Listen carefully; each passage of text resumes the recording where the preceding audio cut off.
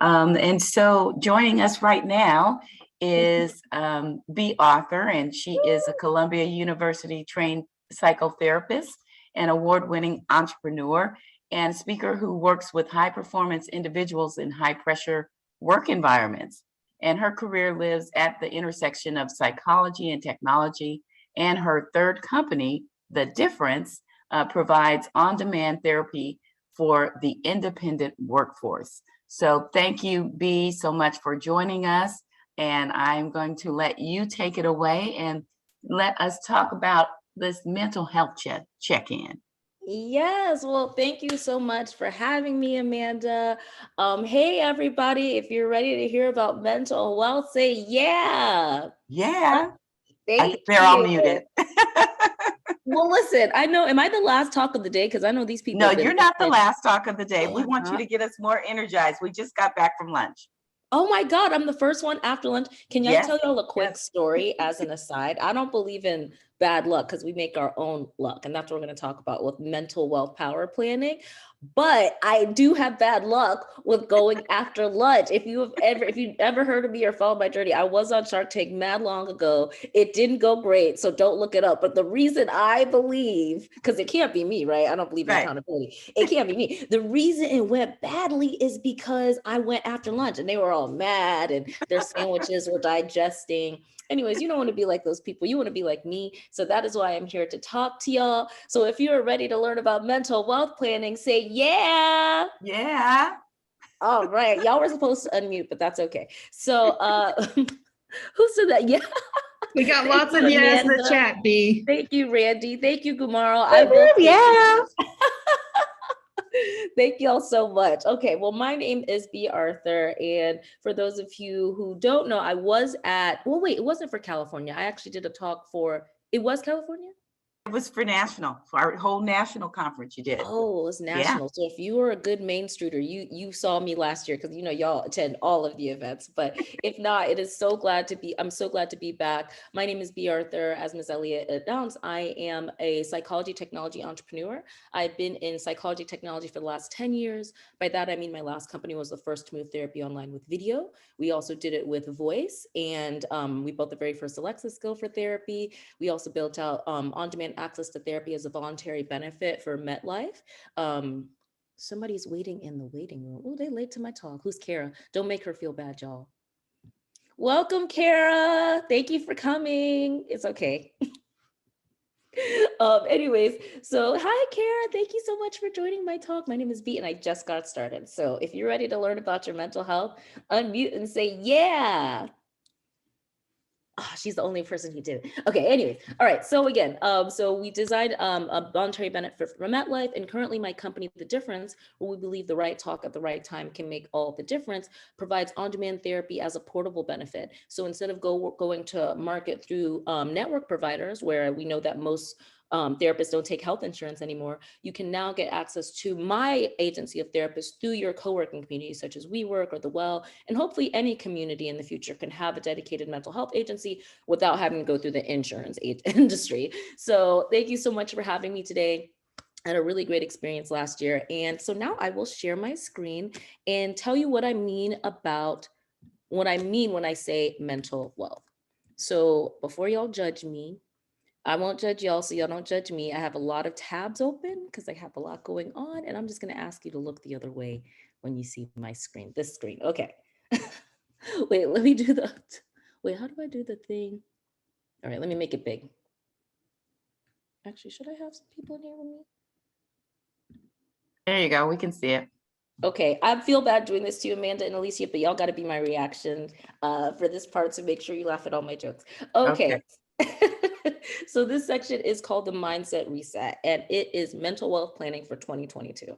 So it's about to be April. This year is already flying by. And when things are going too fast, that makes us feel like we are on a runaway train, like we are at the mercy of our circumstances and our schedule. But I'm here to remind you that you always have control and agency in your life. And the reason that's so important to me is because as a therapist, that we know that right now, there is a mental health crisis, anxiety, depression, and loneliness and overwhelm being one of the biggest assets of this mental health crisis. And we know that anxiety is almost always tied to uncertainty. So when you feel out of control, when you feel unsure, that is what will cause depression, which is what causes disconnection. And so I'm here to give you a mindset reset. We survived COVID. We're almost out the woods. We survived an insurrection. We're surviving all sorts of crises at the same time. And I just really want y'all to be proud of yourself and really re-empower yourself. So when I talk about mental wealth planning, this is our talk for the difference for Main Street. So really quick about me, I'm just hiding a picture. You don't need to see that. It's an old picture anyway. But anyway, so about me, again, I am a therapist by training. I've been an entrepreneur for a long time. And yeah, I'm just really, really passionate about making mass market mental health care a reality, regardless of whether or not you're employed or whether you have health insurance. As all of y'all know who served local organizations, I've been in the startup industry for a long time where everything that gets funded goes to overserved communities. You know, right now in the Valley, they're trying to figure out how to get people groceries in 15 minutes or less when Flint still doesn't have clean water. So for me, my goal is always to serve the middle class, the middle market. And the reason I'm so passionate about it and why I'm always glad to come speak to Main Street is because before I entered the tech scene, I was a social worker. I worked with addicts in recovery, I worked with domestic violence survivors, and I worked in the New York City public school system. And I strongly believe that community is the cure to all of the issues that ail us. So I'm really glad to talk to you all about it and help you, give you the energy to serve your communities as well. All right, so I already talked about my company, but just so you know, the right talk at the right time can make all the difference is our philosophy. And we connect you with a live licensed therapist in 30 minutes or less by phone. We are really trying to address the access issue as well as the curation issue. I personally believe that therapy doesn't work if the therapist doesn't work for you. So we're really, really big on making it concierge, customized, and consistent. Okay, Opera House, don't make them feel bad about being late. All right, our vision, here I am gonna close this. So our vision is that you can have instant expert support anytime, anywhere, whether or not you were in the country or caught up in the city somewhere. And this really quick is just some of the things that we do. Last year, I did this talk for y'all, but y'all are on Mental Health 201. So y'all did Your Energy is Expensive, How to Take Back Your Power Through Peace. I'll be revisiting those. And then also, I just wanted to add here that we also do a mental strength skills training workshop for youth, just so they can understand the personality, identity, and purpose. I had my mental health crisis when I went through puberty in high school, and I actually did my master's in school counseling, worked in the New York City public school system. So I really, truly, genuinely believe the kids are the future, and I want them to have an easier time at life. So mental wealth, your energy is expensive. This is my whole thesis right here. And the reason that this is important is because people tend to conflate mental health and mental illness. And when I talk about mental illness, that is referring to when they say 1 out of 5 of Americans suffers from a mental illness. They are talking about what we consider a true diagnosable mood or personality disorder. So being moody because you didn't coffee, being sad because you don't like your job, that is a normal mental health adjustment, traditional transition issue. But if everything is going well and you still find yourself can't getting out of bed, if you do everything, run, journal, everything, you still find yourself with uncontrollable nervous energy, these are what we consider a mood disorder. Now, everybody else has mental health issues, but because they get conflated, I like to talk about mental wealth because your energy is really what affects your mood and how your day will go. So anybody, and this is an interactive part, anybody who do you think lives in the area right now with the highest gas prices? What part of America do you think is dealing with the highest gas prices right now? California, How much is it out there? I knew y'all would be proud of up that. to How much $6 is it out in there? some places if you want premium. You said $7? $6. Wow. Well, that is a sin. But it's perfect for my next point, which is that the reason that gas and oil is so expensive right now is because it is a finite resource. And I really want you to treat your fuel, your personal energy also as a finite resources, because guess what? There is a limited amount in the day. When it's still cold outside, like it is in New York, it's not even going to be your at best energy because we're not getting fed by the sun. Most New Yorkers actually don't put their feet on the ground every day. So you really have to be honest with where you're starting so that you can add or subtract when your energy gets out of control. And as we know, what we should know is when it comes to your health, prevention is profit. I'm sure all of you in your communities have known a family or a school or an adult, somebody you care about that has been failed by the health insurance industry. And I hate to say that because they are kind of like, that's kind of like my mission to disrupt in tech, but also just because when we look at that system, it's actually a sickness system and not a wellness system. You know, they're only willing to treat you after it's a crisis. And to me, and with the difference, again, it's 30 minutes or less, the only experience that's comparable to what we do is the suicide hotline. And I feel like there should be a non-clinical, non-crisis way to communicate. So rather than punitive or reactive healthcare, I really believe in preventative healthcare, because we do have a baseline level of happiness and energy. And the more that we overdose on joy, which we are due, by the way, if you survived the last 2 or 3 years, you are allowed to overdose on joy to get you back to your baseline so you don't connect. So the whole thing about that is prevention is profit, period. I like doing that move. All right, so this guy you're gonna see really quick is a little brain, and he is what we talk about when we talk about energy management. So I'll get there in a little bit, but as I mentioned, we do teach mental strength, skills, and stamina.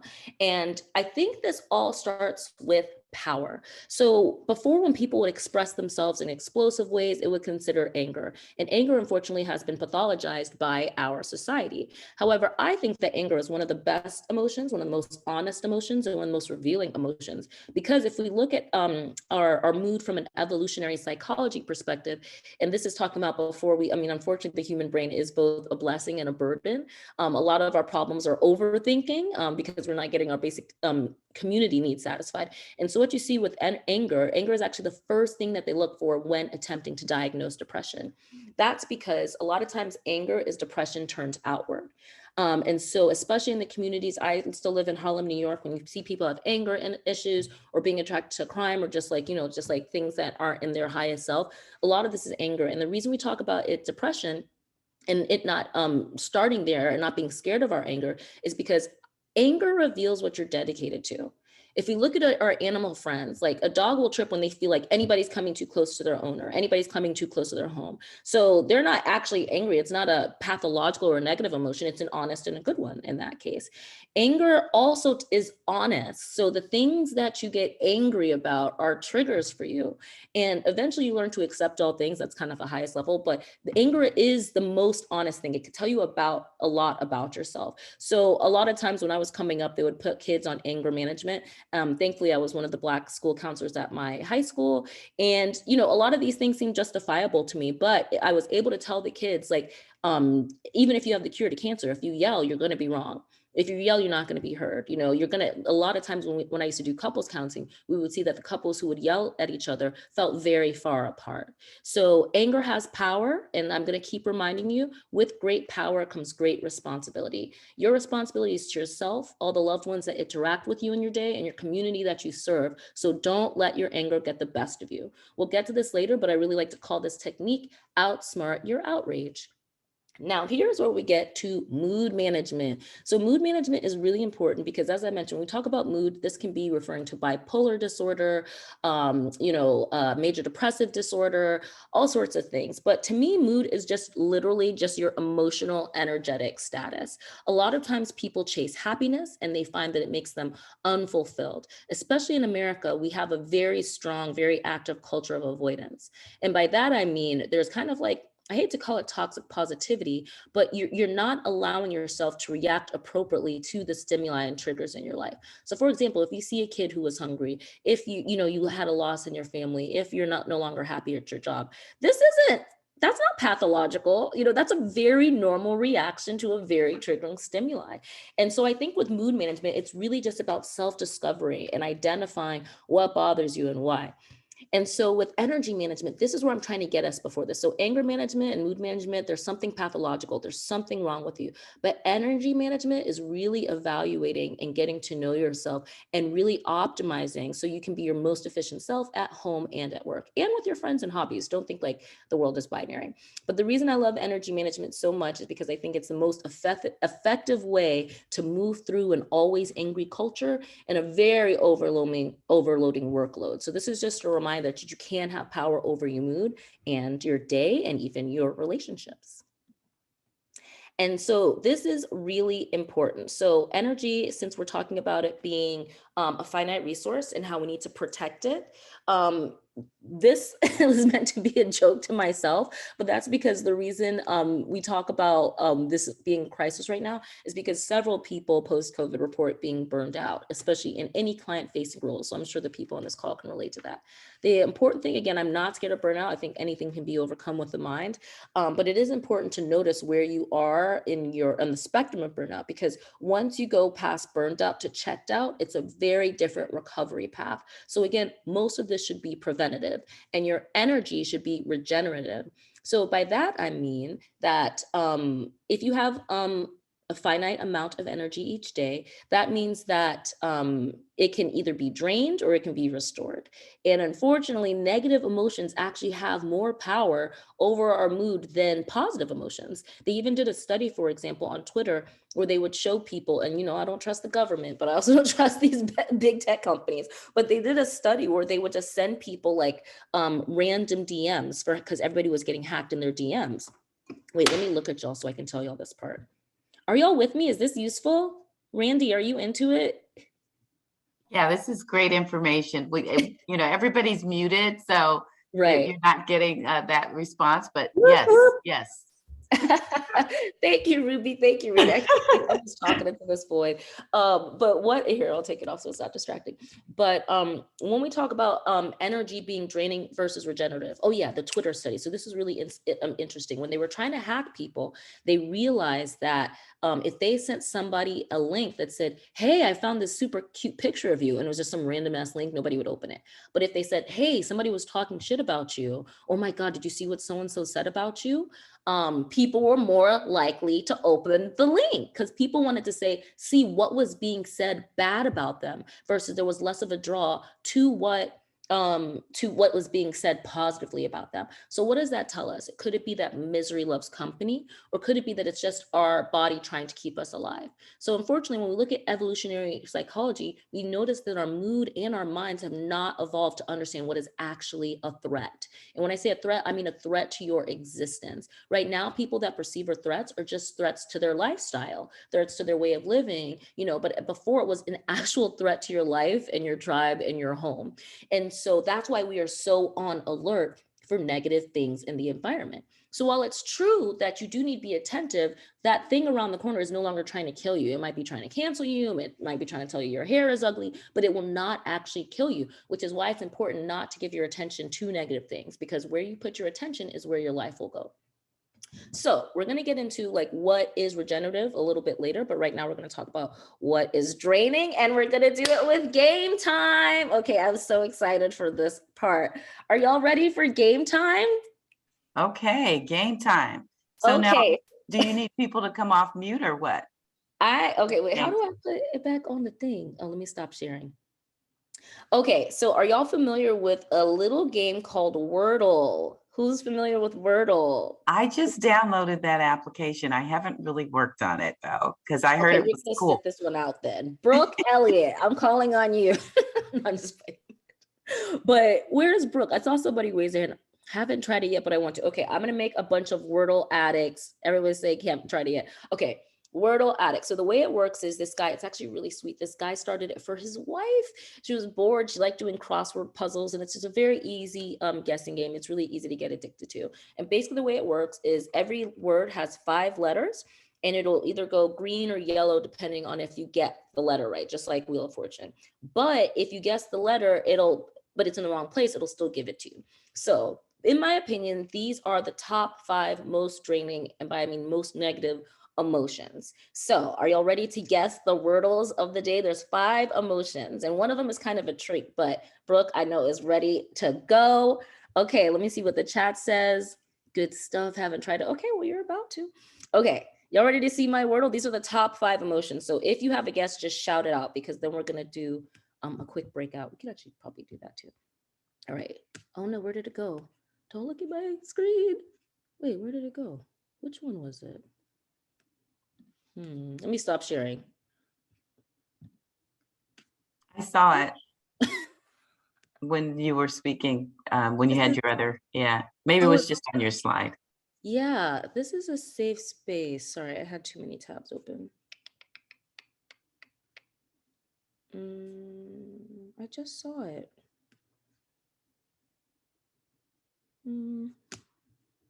Okay, I wish somebody would sing a song or something. Where did it go for real? Oh my goodness. Nope. Damn, I have a problem. I need to close some of these tabs. We can just start shouting them out, and you can Oh tell. yeah, tell me what y'all think are the worst emotions, the most draining emotions. Start shouting them out. Thank you. Thank you. Well, you just said anger. Yeah, and someone else just put anger. Worry. Who what'd you say? Worry. Worry.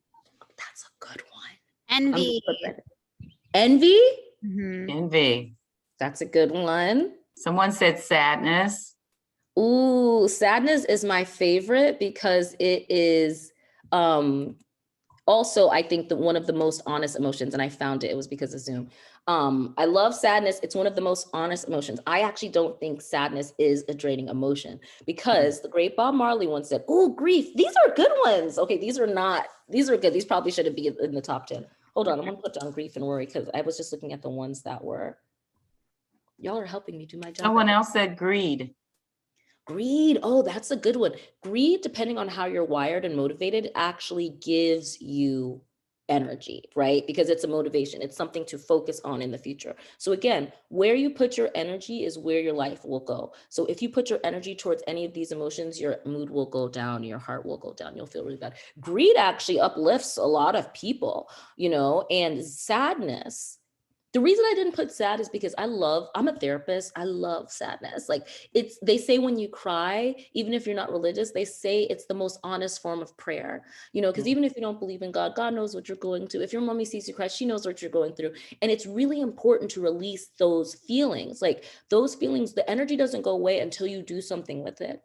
You know what I mean? Like you wouldn't ignore your knee if it was hurting. Some of us do that too. But like, if there is something that is causing you pain in your life, you should at least address the energy and like release it. So I love sadness. It actually, and the great Bob Marley said that every emotion deserves equal respect. So don't push away the sadness. It's a classic toxic positivity. It's just like a cold. It needs to run its course. Emotions have information for you. They are there to guide you. Why are you ignoring emotions just because somebody told you it was weak, right? If something is constantly making you angry, that has information from you. What is being activated in you? This is the way that you understand yourself, get to know yourself so that you can grow yourself. All right, so grief is a good one. Grief is a good one. I don't know, maybe because I'm a therapist, I actually don't mind grief because dread, yes. Especially in a working relationship. Who said dread? Randy, you are on it. Oh my God, you're on fire today. Especially in a working relationship, when you have to work up, create energy just to deal with somebody. You know what I mean? Just to ask for an email, like this is draining energy. I'm gonna put that on my next thing. But great answer, Andy. You're on the board. Fear, jealousy. Some of y'all don't know what 5 letters is, but neither did I. So this is a really great game time, and I want to make sure we get to the part where we're gonna help each other. So thank you so much for participating. All right, now I can share my Wordle. I know what happened. I'm not going to make my screen big again. I didn't lose it. It was just on the thing. So I'm not going to make it big again. Y'all can just see. So these are my bottom 5 feelings. So whoever guessed anger, I guess I gave it up, but yeah, anger is one of the most draining. Now, again, I like anger. I actually think it can be very good for you to release things that are bothering you. Again, not rather than turning out, but I think it's something, it's kind of, it's more art than science. You really have to master it. Whoever said dread, that's a good one because dread and guilt are actually very similar. Okay, here's Ron. Don't make him feel bad. Him or her.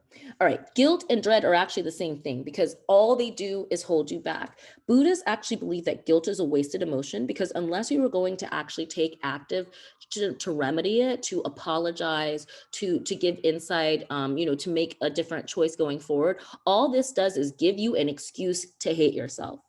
And I'm going to say that again. All guilt does is give you an excuse to hate yourself. And the reason this is so important, similar to doubt, is because we already have so many external pressures on us. We have so many external crises that are out of our control. And you are really doing a disservice to yourself and your energy if you are participating in that pile-on. doubt denies you any agency over like, can I do this? Of course you can. You're here. You have the idea. I literally think you can do anything, but I also don't think there's anything wrong with failure. So doubt, guilt, I kind of cheated on this one because I didn't think of the other ones first. But then shame is a good one. So obviously I really believe in divinity and agency, because to me, shame, guilt, doubt, and that's why I put, in my opinion, these are some of the most draining emotions. And that's because some of these things are external, right? There might be an external stimuli and a fear, like it might be a very logical fear, but fear is the fan favorite by far. It takes up all of your energy. It literally, analysis paralysis, even if it's not painful. So that's why I put fears S to cheat. But then anger, because it can consume you. Again, I don't believe that anger is a bad thing, but think of it kind of like fire. Fire can keep the whole house warm through the night. If you have a passionate person in your life who is ready to go down and throw down with you for whatever, you will feel loved, you will feel safe. But when that anger overwhelms you and gets the best of you, it will burn down the whole house. So it's really important to not be a bonfire and ashes, bonfire and ashes. You have to make sure your energy source, your full source, is regenerative and consistent. And then doubt, shame, and guilt, these all stuff they just kind of funnel into like sadness and just denying yourself agency and power over your life. So thank you so much to everybody who participated and said out things. Those are absolutely really good. Worry is one of the worst ones. I don't know why I didn't think to put that one on here, but whoever said worry did a really good job. Wins the game. Who said worry? Who said worry? Oh my God, Randy! Yes, he's the winner. The mental wealth Wordle champion. Okay, y'all need to check in with Randy. He's gonna be the happiest man you know very soon. Okay, wait, I want to get to the audience part. So really quick, I'm not gonna go back and forth. I'm not gonna go back and forth till then. Okay, so we've covered the top 5 negative emotions, the bottom 5 negative emotions. Now I want to know what your top 5 regenerative emotions are. And so I will help kick it off. If you see here, I'm a big time mama's girl. So I love calling my mom. She's just such an inspirational lady. I love to laugh. I love to cry. You probably could tell that. In general, I always say I want double for my trouble. I do not feel bad about missing deadlines anymore. Now, of course, I work for myself, so I can't, don't take advice from me, but I really love loving myself and whatever that looks like. So I have just like some, random ones. I like to take a walk, all sorts of stuff. But I think what's most important in your mental wealth strategy, when you are operating at a deficit, when your tank is almost on E, it's really important for you to understand what makes you feel better when you feel bad. And it's really important because the mental health industry, I believe my industry has failed a little bit because they are always, when people do finally go out and seek professional help, the only 2 answers for your depression are meditation and medication. And meditation is way too hard. Sorry, Gwyneth Paltrow, it just is. And medication has a million different side effects, and it's just, whatever. But like talk therapy, there's a million things in between before you have to go to professional that again will kind of help you fill up your cup, will kind of help you get beyond burnout. And I would love to know what that is for y'all. So I was gonna have us break out into to groups. We have 40 people. So we could break into groups of 4. And I would just love for y'all to discuss, because it makes you feel good, right? What does make you feel better? For some people, it's running. Boo, I hate running. I hate vegetables. So you can say all those healthy recommendations if you want, but I would love to, I only have 15. Amanda, what do you recommend? Should we do it as I think we can stay in the room. Can folks come off mute, maybe? Anybody who's comfortable, want to turn on your camera and come off mute? And we can all go back into the room and just start to talk. How's that? Oh, I'm so glad to see y'all's faces. There's Ruby. Right. Hey, girl. Yeah. Hi. Brooke's back, y'all. She's mad she lost to Randy. Hey. Hey, Blake. Hey, Okumaro said something. Hi, Swan. What a gorgeous name. Does that say City of Encino? That's where my friend lives. That's great. So, so I put in the chat that, relaxation, music, and family. I just really get energized by my grandkids. They just really bring me joy. So those are things that really keep me going. How about anybody else? I'll jump in. My mood goes up when I feel supported and when I get encouragement. Yes. Love it. Words of affirmation is your love language. Well, one of them. Who else got some? I feel joy just when it's Ruby. Hi. I feel joy when I'm outdoors and I just see my children happy. That gives me, I feel other people's happiness. So when people are happy, I feel happy. I love that you said that. Everybody's like, I'm an empath. I'm an empath. That means I'm sad. But that would mean everybody around you is sad. Sometimes people have happy feelings. And yes, joy is absolutely contagious. So great answer. Yes to nature. Yes to dancing. Movement is medicine. More. I'm so happy. Isn't this making y'all happy? So I put pride in the chat. And what I meant by that is like when my kids do something amazing and I'm just like so proud of them. I'm like, you know, like I helped them be awesome in some way, you know. Amanda, pride is one of my favorite things. My top two, and I was going to do this later, but I feel like talking, pride and being impressed. Those, nothing like, you know, people will tell you go meditate. When I can't sleep, I get on TikTok because they will always show me something delightful that will make me proud of a stranger or impressive. That will be like, oh, okay, well, I'm part of this human race too. So that's such a good one. I got to make a Wordle about the good things. This is my first mental wealth chat, if y'all can't tell. What else? I feel like it's kind of cheating because I know this is not necessarily the right answer, but I recharge truly when I'm serving others. Like if somebody asks me for help and I'm able to help them, that is the most recharged that I could be. I just love to help others, I guess. Brooke said, I want to win mental wealth Wordle, and she just did. That is actually the right answer.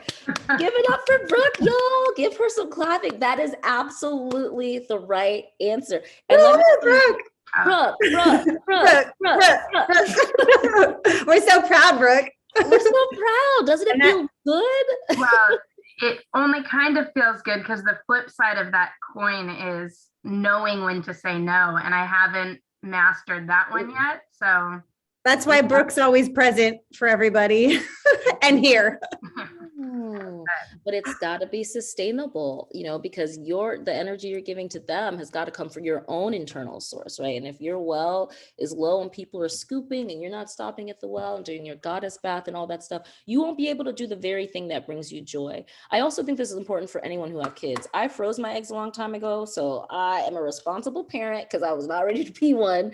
But it's really important that kids see what it's like for their parent to take time to not always be available to people, right? Because boundaries are a beautiful thing. And it's really important that we model them, boundaries in our relationship with our schedule. Just like, again, you can really be in charge of your life as long as you're really consistent to your own internal values, sources, and motivation. But the reason I love that, and I'm not going to bother with switching back, but one of the slides talks about what self-care really means. So self-care is also what they recommend to burned out people. I'm like, take a bath. Yeah, I think we want to see that. What about self-care? Because I think that's this group here, we're all givers and we love service, and we really sometimes don't know how to balance that.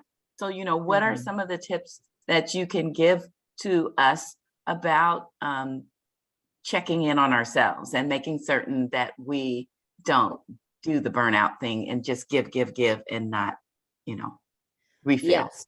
Great question, because this is a thing for givers. And again, you don't want to resent the very thing that makes you who you are. It's a big part of your identity. It's insane to hate any part of or aspect of yourself.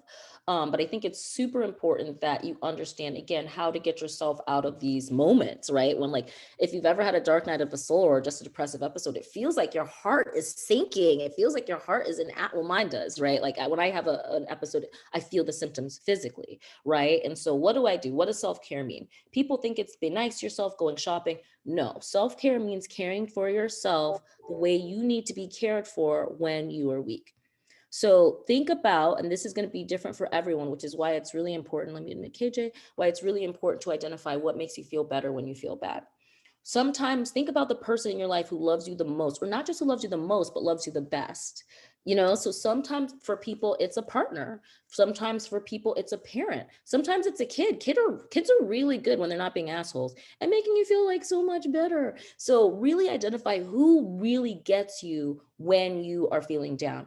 And so for me, as you know, I just want to give her a shout out because she's so pretty and she's vain just like me. My dad was definitely available and she took the picture by herself. And tickles me every time. So it keeps me going. But my mommy takes very good care of me. She knows when I come home when I'm stressed. I just got back from Texas. That's why I'm like excited to see them. When I'm stressed, I need to be left alone. You know, like when I'm crying, it would be nice if there was some food, you know, so what, you know, like if you need space, if you need food, if somebody's like, you know, get out of your head, let's go for a run. You know, there are all sorts, somebody who knows you really well and gives you what you need without having to ask. You have to do that for yourself.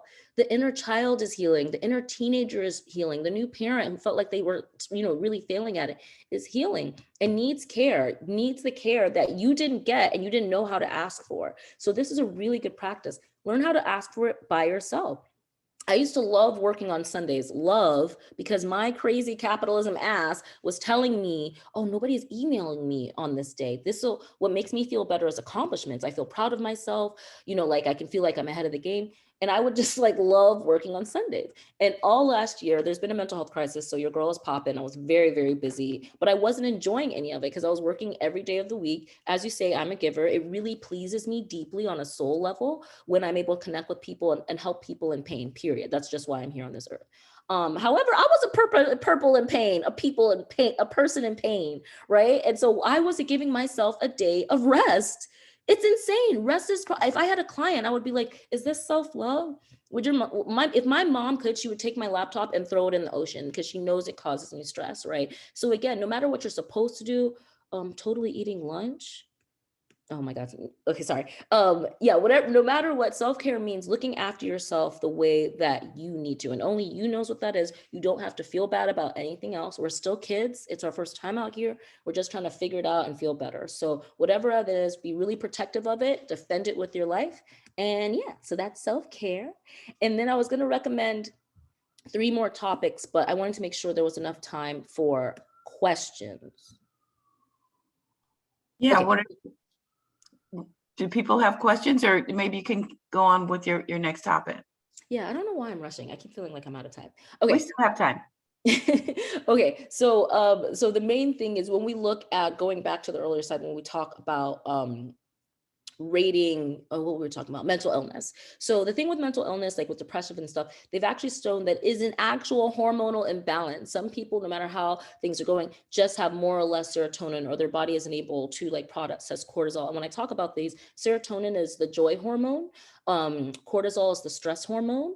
And again, the whole thesis of my talk is that community is the cure. And so we talk about how we know this from a scientific evolutionary perspective is humans are tribal creatures, right? I really wish we'd go back to saying this is the human race, because it really is, right? We really kind of do need each other to survive. And they've actually done study that people on the days that they spend time alone, again, so even though spending time alone and self-isolating can be a restorative self-care treatment, they've done studies that people on the days that they spend time alone, they have more cortisol in their urine. Cortisol is the stress hormone. So naturally, from a biological, again, our body, which is only evolved to keep us alive, thinks that you are more at risk for starvation when you're alone. You're more at risk for loneliness when you're alone. And all these things lead to stress. And stress is the #1 inflammation on all of our systems, more than obesity. Stress is the #1 killer. It causes inflammation and comorbidities with every single disease. So when you talk about cortisol, the natural antidote to cortisol is, I wonder if anybody knows. Well, the natural antidote to cortisol is something called oxytocin. Oxytocin is also known as the cuddle hormone because our body secretes it, one, while breastfeeding with the baby, post-coitus, eating chocolate. It is that pleasure. So don't feel afraid, don't feel ashamed to give into things that you enjoy, that delight you, that make you proud, that make you excited. It is literally our body's way of regulating our nervous systems. And in fact, they've done studies that say that 50 hugs a day, because it is hard to get the right balance when you do go on psychotropic medication, 50 hugs a day is equivalent to, no, 8 hugs a day is equivalent to 50 milligrams of Zoloft.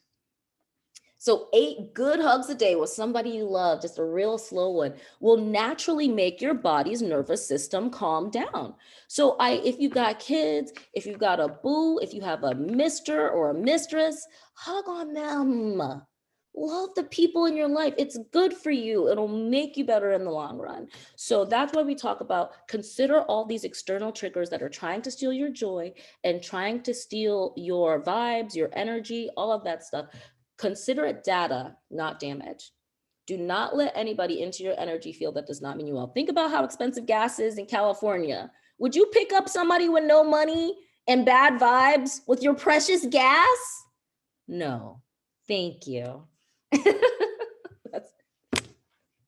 Thank you all so much. So you're welcome, Randy. So that's my talk. I would love to open it up to any questions. This is a safe, oh wait, it's being recorded, but friend DA, if Yeah. anybody has any questions about my talk. Well, I'll start off. So tell me a little bit more about your company, the difference in how it would work. Like is it an app or do I call in or how does that work? Yes, so the difference, when we first started, we actually started going to market through Amazon. And the reason I'm whispering is because Alexa had a lot of privacy issues. So obviously with something like therapy, I couldn't risk it. So we ended up going through MetLife, like I said, as a voluntary benefit. And then when people started losing their benefits, so that's what I'm saying, always take the bitter with the sweet.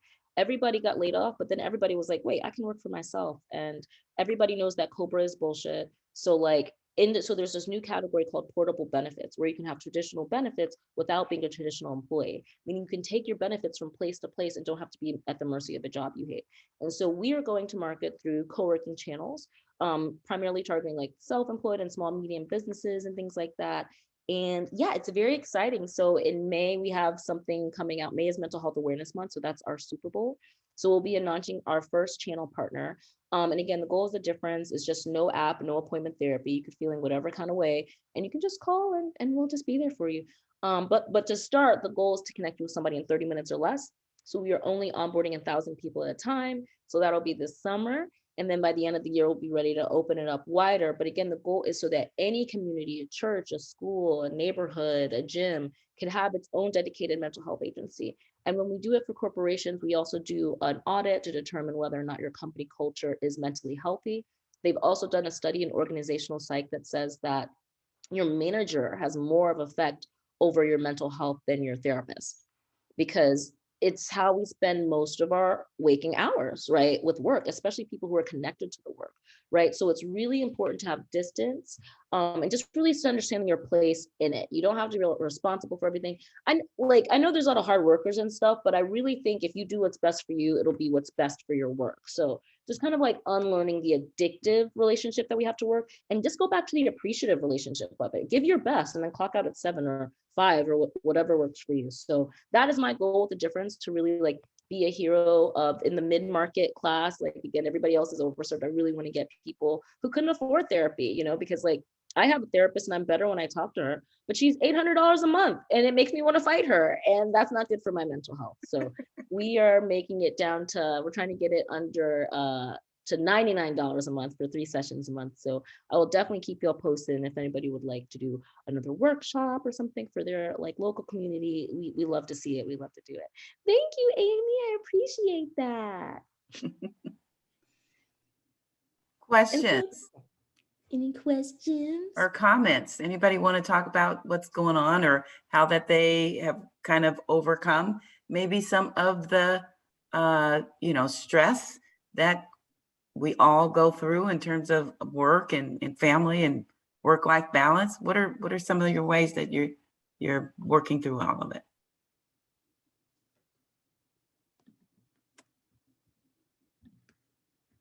Maybe people feel a little bit shy because it's so personal. Oh, I'm not shy. I'll say something. Okay, there he I is. think Great. oftentimes, Go ahead. I think people may be able to relate to this. Have you ever just felt a little bit down and you can't put your finger on what's really wrong, and you start going back through your day and you start thinking about what happened. And sometimes it's just an icky feeling. And sometimes it's maybe a little bit of guilt that you didn't give the right customer response to someone, or you reacted out of emotion and you were a little harsher than you needed to be with a customer or client or something like that. Or, it's a bunch of little tiny things. I think that through COVID and within organizations that experience a lot of turnover, sometimes you can't really put your finger on what's wrong. You just know that you're not feeling your best. You're not feeling 100%.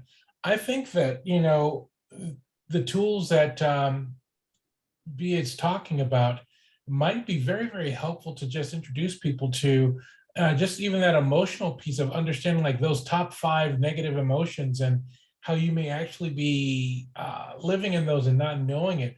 I know that we just went through turnover in the city of Manteca, where we literally have gone through apparently 6 city managers in 6 years. And that has left staff, I think, feeling some kind of way, but you can't really put your finger on what it is. And so when I bring up that feeling of dread, I definitely know that in the middle of COVID, while we were in transition, while we were going through city managers, there were some days where you wake up and you're just like, what's it going to be today? That's that feeling of dread that I think that a lot of people can't really put their finger on. They don't know what that feeling is, and they don't know what it does to you, and they don't know how to get out of it. So I think that this has been valuable to just learn a couple of things about what that might mean and what it might lead to. So this has been great. Thank you. Oh, thank you, Thank Randy. you, Thank you so Randy. much for that comment. And I love it too, because it's so true. I think dread and just a quick note on that, like you don't, the goal isn't to be happy all the time. The goal is to be content. And when we talk about content, that means all of your needs are met, your emotional needs, right? You could always have more or less money, more or less food, whatever. But what I've seen the most, especially in what I call disconnected communities, is there's kind of like a baseline where you have all of your needs met and you're not worrying as much, because worry, I really should have put up that. Whoever said worry, you're absolutely right. But what you see sometimes, especially with people from the hood or, people from poor areas, they still have a really deep capacity for joy. Like you'd be shocked. Like it's crazy. It's like my brother does prison ministry, and I was on the board that helped people in prison, and things that would make me crazy, just unfair, systemic things, bad luck, wrong place, wrong time things. People had just kind of accepted it, and they didn't have any anger inside them. They didn't have any like scars inside them. And so what I've seen during COVID, when people have the same kind of dread, I've actually kind of, in my treatment, I'm evolving from understanding and treating mental health to understanding and treating our existential health, because that is kind of what you're talking about. People like, I could have done better. Like, it's just kind of this general malaise. And so the reason it's important to pay attention to that is because that day you only have 2 gallons in the tank and you are not trying to spend nothing else. I mean, really quantify it, right? Really quantify it. What else am I trying to give to it? Try and get it to drive you to the place that will make you feel better. Go to Baskin Robbins, go to your mom's house, go to where you're loved, where you will receive and regenerate that energy. But absolutely pay attention to it and journal. Whenever you're going through just a general malaise and disconnection, really pay attention to your body. Like before your mind knows what's going on, your body knows. Like, because I always say, right, men lie, the media lies, but the body is the only thing that doesn't lie. If your tummy hurts, if your back hurts, it is telling you the truth about an injury or conflict or an inflammation somewhere in your body. So don't pay attention. Don't try to push it away. Pay attention to it. Be the parent, be the nurse, be the, sweetheart that it needs. And like, this is self-love, right? Self-love, self-respect, self-protection, self-discovery, self-understanding. And to me, that I think the goal is not to be perfect, but to me, every person that I've met who I consider a good person, like just a good human, like will help you move, doesn't hang on to like petty grudges and stuff like that. It's somebody who always aims to be a better person. So that to me is not a negative emotion. Like, oh, I could have been better. Oh, I could have, you're continuing optimizing your human condition experience and relationships. And I love that so much. So thank you so much for all this excellent advice. Y'all are really mentally healthy. Anybody else want to share? Did you see what Brooke said? Yes. I love it. Thank you, girl. That's so sweet. I'm sorry. I love reading the, now I want to know about her eating lunch. Was it good, Amy? Was your lunch really good? Yeah. So for me, I just want to kind of touch on the journaling thing. Journaling for me has been something that's been very impactful in my own, I guess, life. And just understanding what is happening internally, and then just getting that out, like you were saying earlier, has been super, super helpful for me. Also reading, I try to read as much as I can with 2 little ones. And so Oh, man. yeah, those 2 things have been really impactful for me. So yeah. I love that, because you're in your head all day anyway, right? Like just talking and make it a conversation, commit it to paper, read what's actually going on for you. There's this book called The Artist's Way that recommends writing like 3 pages a day. If you are the personality that can do like before you wake up in the morning, and I know people got kids, but try and sleep with your phone outside of your room. Charge it outside of your room so you don't wake up and give into that. You need to be able to calm yourself, go back to sleep, not be frustrated with yourself, or try and journal. So yeah, like how are you going to grow yourself if you don't know yourself? So yes to journaling, yes to reading. In fact, does anybody want to talk about what they're reading? Oh my God, there's this baby. Hey, oh my God, my serotonin, oxytocin. This is a great way. Y'all see this baby? Yes, hi, baby. Hey, baby. Ivy, can you say hi? Hi. That's Ivy. Wow, she doesn't look like she should be able to talk. She's really smart. It's true. She talks a lot for how little she is. Oh, see, being impressed. Okay. Well, thank you for sharing that. And Ronnie, thank you so much for sharing that. I love personal development. You know, one of my favorite things, 2 favorite quotes I want to leave y'all with. 1, look to the light and the shadows will fall behind you. You can see this with your plants, right? Wherever they are poured towards the sun, towards source, towards joy, towards the light, it will recharge you. And then 2, and this is around, again, control and like not absorbing energy, observing other people's energy so it doesn't mess with your day. Boats don't sink because of the water around them. They sink because of the water that gets let into them. So again, this will sink your day. Thank you, Blake. But no, that's real. And so just really, if you're having a day like Randy is like, what is dragging me down? Like go on a search, go on a scavenger hunt, take the time to take care of yourself. Nothing else matters. Like if mama ain't happy, ain't nobody gonna be happy. So what I more than anything hope you get out of this is to really be a servant of self-love before you were a servant to your community. Yes, we were put here to do the work, right? But you've been given so much. We've been given so much. Life is trying to show us so much. It's here for joy. And like y'all are doing so much if you're just bringing joy and encouragement and empowerment to people and communities. So I just want to say you personally, thank you so much as an OG social worker, as somebody who loves my community. Thank you so much each individually for the work that you do. And thank you so much for having me today. It's been amazing to share this space with you. Thank you so much, B. I think you helped us to get out of ourselves a little bit and think about, you know, how we can really, you know, recharge and bring that joy into our everyday life and think about the things that are, you know, bringing us down, you know, and we don't have to stay in that place, right? That's right. And we are in charge of our own joy. So, Yes, yes. it's about going the distance. Y'all can see the world around us. We got a lot of work to do and a long way to go. So keep your tanks full. Thank you so much.